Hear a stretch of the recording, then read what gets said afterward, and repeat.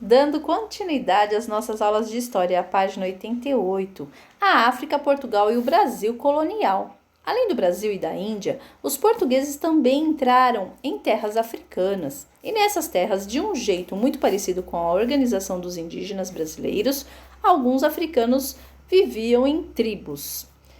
Na África também se formaram grandes reinos. Quem não ouviu falar sobre os grandes faraós do Egito? Gana também foi um império poderoso. À medida que os europeus foram conhecendo as histórias dos reinos africanos, iniciaram a ocupação e a exploração do continente.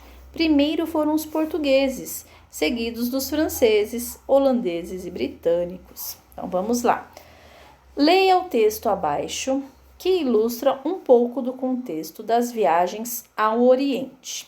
Diário de viagem. Quem viajou pela Índia, pela China e pela África por volta do ano 900, como o marroquino Ibn Battuta, dizia que havia reinos por lá, como o de Gana, em que o ouro era colhido como se colhem cenouras em alguns lugares. Olha que maravilha, gente!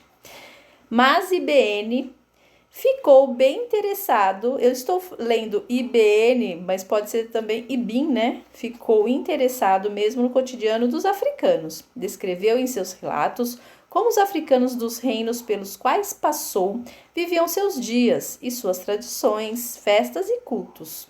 Muitos desses reinos eram islâmicos, ou seja, tinham se convertido ao islamismo, que se originou com um líder religioso árabe chamado Maomé. Os relatos de Ibn foram reunidos em seus 23 anos de viagens e viraram um livro chamado Rihla, Viagens em Português. Continuando, é a página 89.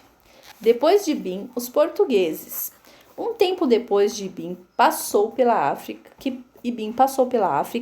foi a vez de os portugueses chegarem por lá. O ouro também lhes interessava, mas além disso havia o marfim e especiarias da região, como a pimenta.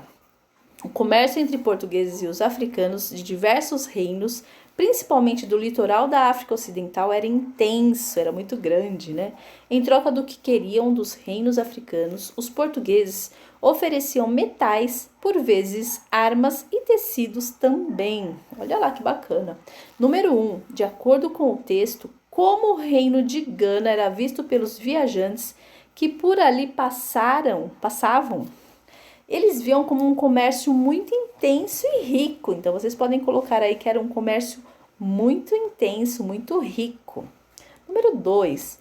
Quais os interesses dos viajantes e mais tarde dos europeus no território africano? Então, eles eram muito interessados pelo ouro, marfim e pimenta. Que interessante, não é? Além da exploração e do comércio de ouro, marfim e pimenta, muitos africanos foram escravizados e comercializados como mercadoria. Eles vendiam as pessoas como mercadoria, os negros africanos, né? Mais de 12 milhões de africanos foram capturados e trazidos para a América. No Brasil, milhares de escravos chegaram para trabalhar nas fazendas de cana-de-açúcar. Os escravos negros africanos trabalharam no Brasil e também nos Estados Unidos, e foi um comércio extremamente rentável aos ingleses. Um tremendo absurdo, não é mesmo, gente? Comercializar pessoas. E por hoje é só, pessoal. Vamos ficar por aqui com as nossas aulas de história. Se cuidem, um beijo!